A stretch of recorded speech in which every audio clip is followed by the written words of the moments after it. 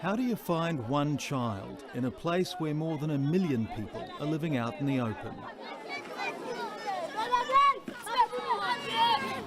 One little boy among so many.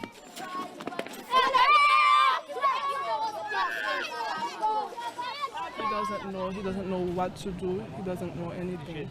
We had first met Jimmy when he appeared outside our compound, naked and in shock, in the chaos that followed the earthquake. His father is in prison and his mother, he doesn't know where she is. He could tell us his name, but little else. So who's looking after him? He doesn't know where his family is.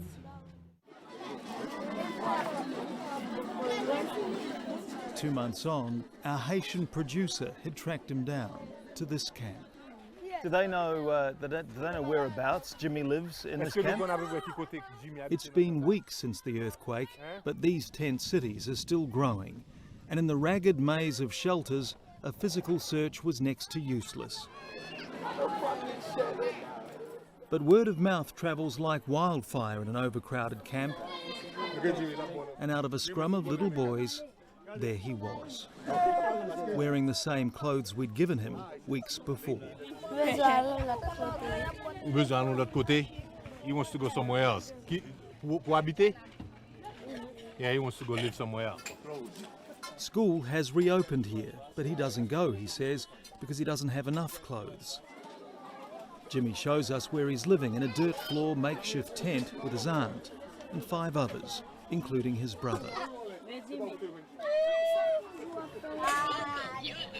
He shows us his one prized toy, which he shares. His aunt says his father wants nothing to do with him. She still doesn't know where his mother is.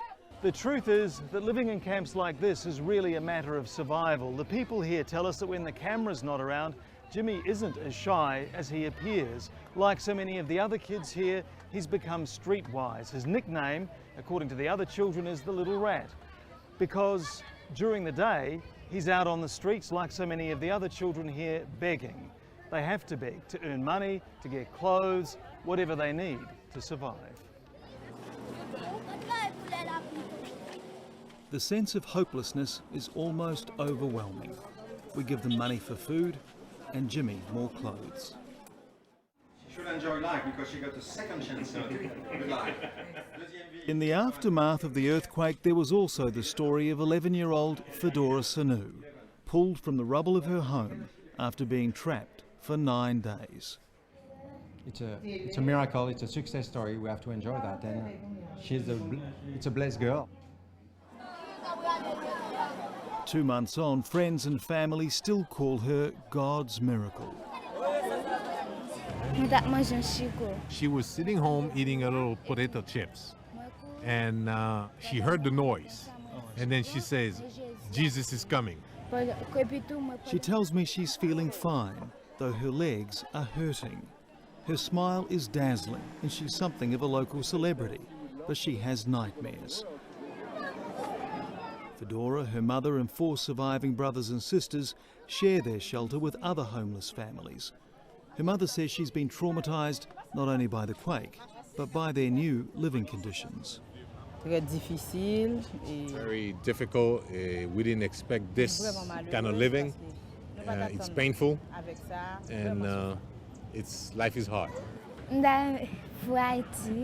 She would love for the people of the world to basically turn Haiti into a more beautiful, better country by rebuilding the school and giving people that have no home a home, to a place to stay, so they don't have to live the way they live in this space.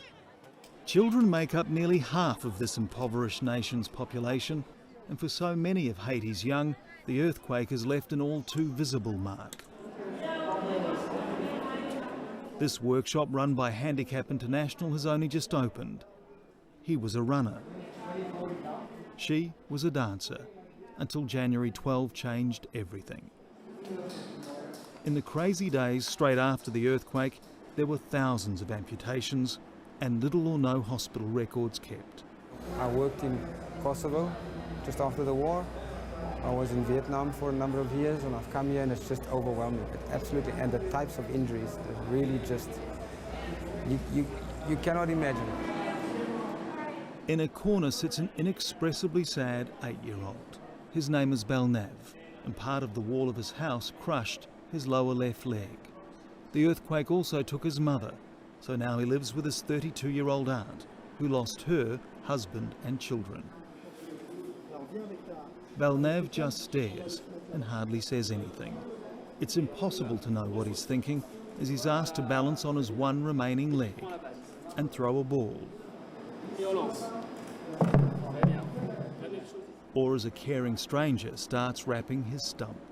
And so he's covered all the bony parts, the head of the fibula, the tibia, which is our shin bones. South African Wendell Endley leads an international team of technicians from as far afield as France and El Salvador. Thanks to charitable donations, their services, the equipment and the artificial leg they're making for Belnev, which will need readjusting as he grows, are free. She feels very good about it. She had no money to provide him with a prosthetic, so they give him the opportunity to have something that he probably would not have had ever. But his aunt also tells me she has no hope for their future because they have nowhere to go. And she says she has no idea how Belnev will survive in Haiti with one leg, which may be why there is no smile as he stands for the first time, and no smile as he takes his first step. Like his broken country, he needs so much. One frightened and confused little boy facing an uncertain future.